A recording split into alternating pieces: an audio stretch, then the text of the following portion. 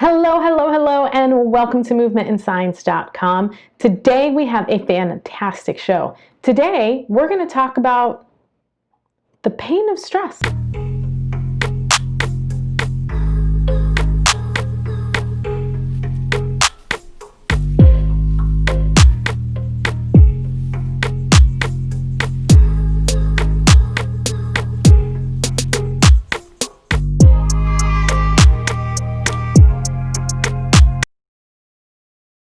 I'm so excited to talk to you today. My name is Kendra Pena-Collazo, and I'm a licensed massage therapist, a fascial stretch therapist, corrective exercise specialist, and certified personal trainer. So I love to talk about the body. And so today what we're going to talk about is how stress impacts the body and what we can do to fix it. I am sure a lot of you out there have been feeling a little bit more stressed out than usual. Completely understandable, crazy times we're living in, but we're going to learn how to manage the stress and be able to move forward. Actual steps and skills that you can take. The other thing that you're probably noticing is maybe you feel a little bit more achy, a little bit more lethargic, a little more pain or higher pain levels than usual. We're going to talk about all of that stuff and give you, again, those actionable steps that you can take to empower yourself so that you are not feeling as much anxiety and you're feeling like you are not closed in your body. So I'm super excited. Before we even get started, please, please, please like down below. I don't know where the like button is, but I just know it's down here. Please subscribe, please leave a comment, and let me know what content you want to see from me. I want to put out information that you guys really need. So please let me know what that is. And every like and every subscribe really helps me to keep this content free to you. So please do that now. I'll wait. Awesome. So the first thing that we're going to do is talk about basically 4 major ways that we can start the week and have that carry over to the rest of the week to really give us a chance to get through and be productive and successful. So the first thing that we need to start looking at is practicing relaxation. So we need to slow down.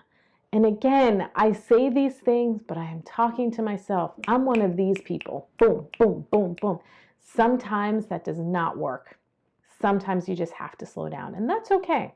So that's the first thing that we're going to do. The second thing you're going to have to do at some point, probably several times a day, is turn your phone off. I've turned off so many notifications.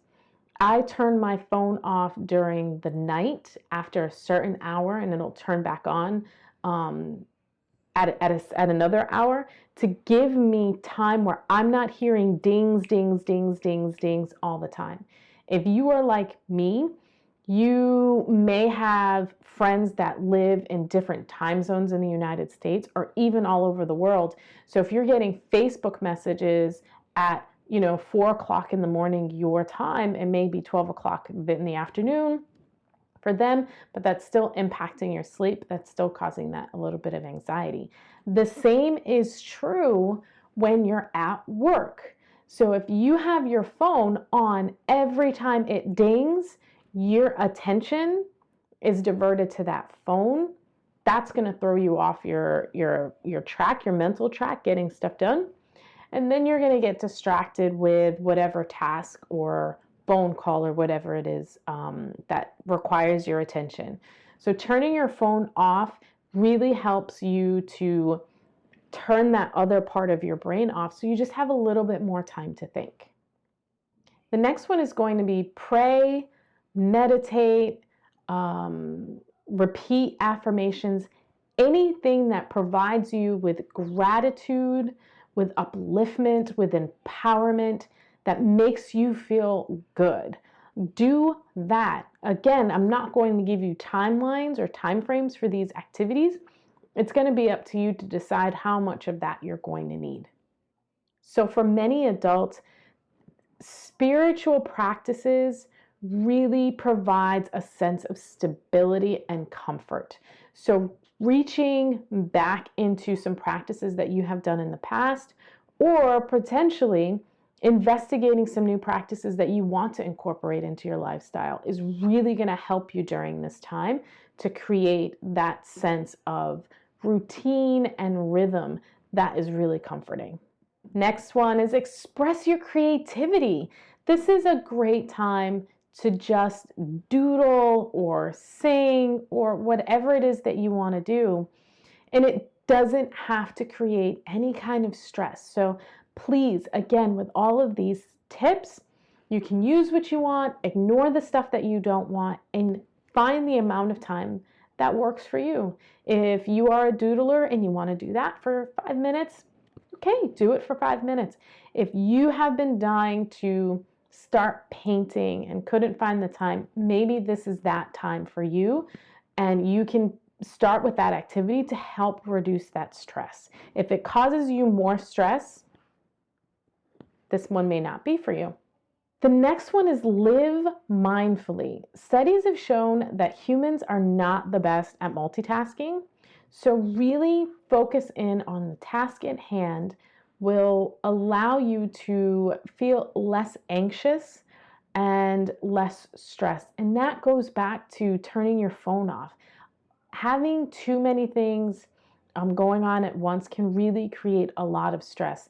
And right now, it is incredibly difficult to compartmentalize. So find what works in your family and in your household. And it doesn't have to look like anyone else's. So does homeschooling have to start at 7:45?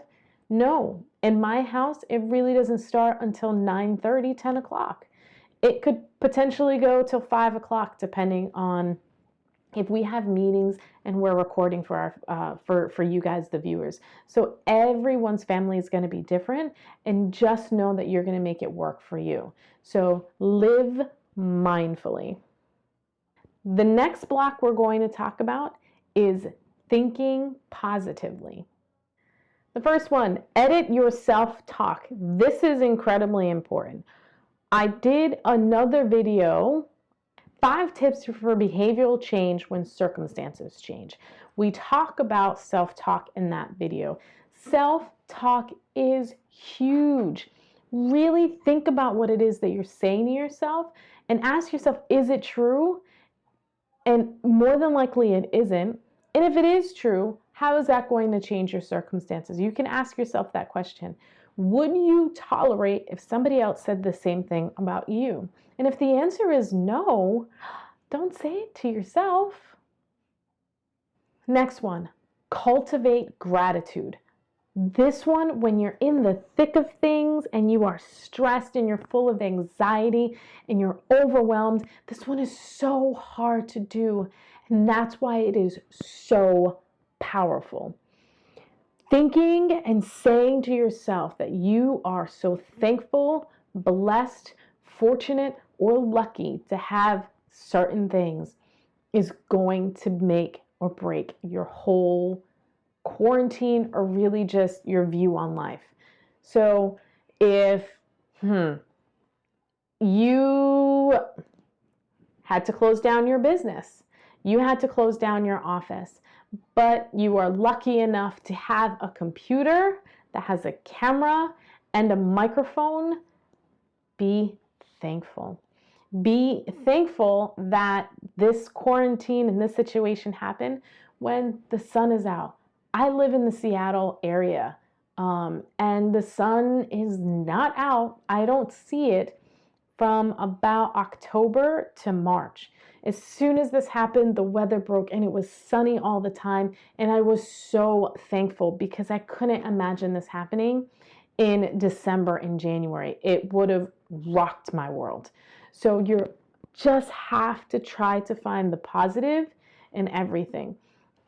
It's really hard sometimes to find the positive in things. So sometimes when I'm really in the deep, dark pits and just nasty funk, I write down 10 things that are awesome and wonderful and factual. And usually the first two are super hard. And then you start to get into a groove. And it could be as, silly as, hey, purple lipstick looks good on me, or my car starts right now. I got new hair product and I'm kind of excited about it. My hair is looking nice. Creating that list of 10 things can really just help you get out of that funk even a little bit. In every step, when you're in that pit of stress and anxiety, every little bit can help. So that would be the next one, is cultivating gratitude. We've talked about this one kind of throughout this whole video, and that is letting go of expectations. This is something that I struggled with a lot growing up. I came from a very rigid family in some regards, and that carrying over to being an adult and being a parent and having these expectations that I could not meet because society has completely changed, that was causing me a lot of stress and anxiety. So as the years went by, I just started to kind of leave things behind and creating new habits and creating new cultures and customs within my immediate circle. And that has been very, very helpful.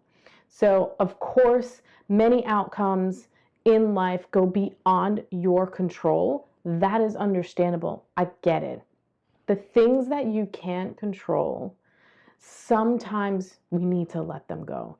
And the challenge is, during times like this, we want to control even more because we feel so out of control. I don't know when the world is going to get back to normal. So I may want to control every element in my house.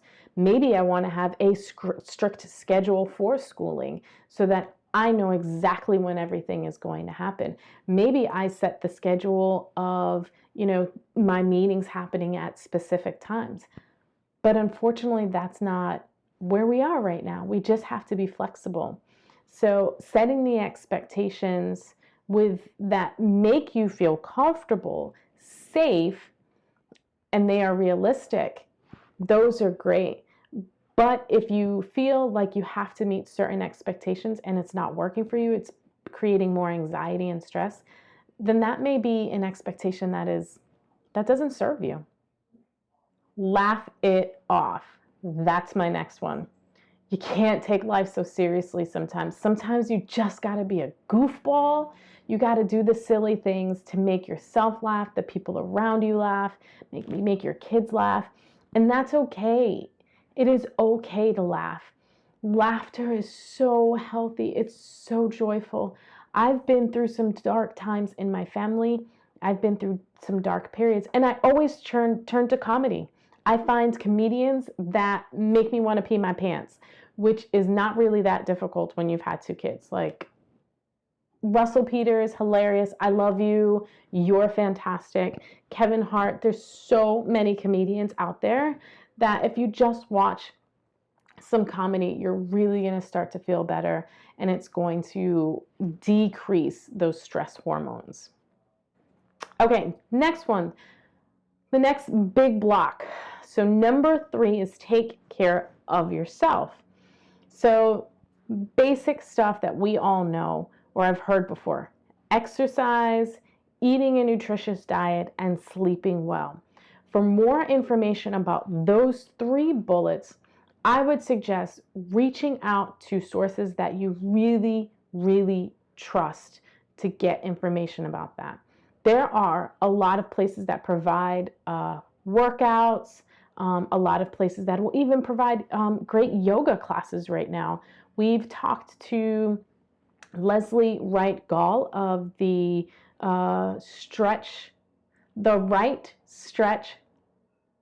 and Massage Center in another video. If you want to check that out, please do that. She points out some really great resources on there that are fantastic. So check that out if you want to find out where you can get more information about exercise. I also have friends that have told me that the Peloton app is really good. Maybe that's a great place to start to get some exercise in if you don't know where to start. Nutrition, same deal. There is a lot of fad information out there about nutrition.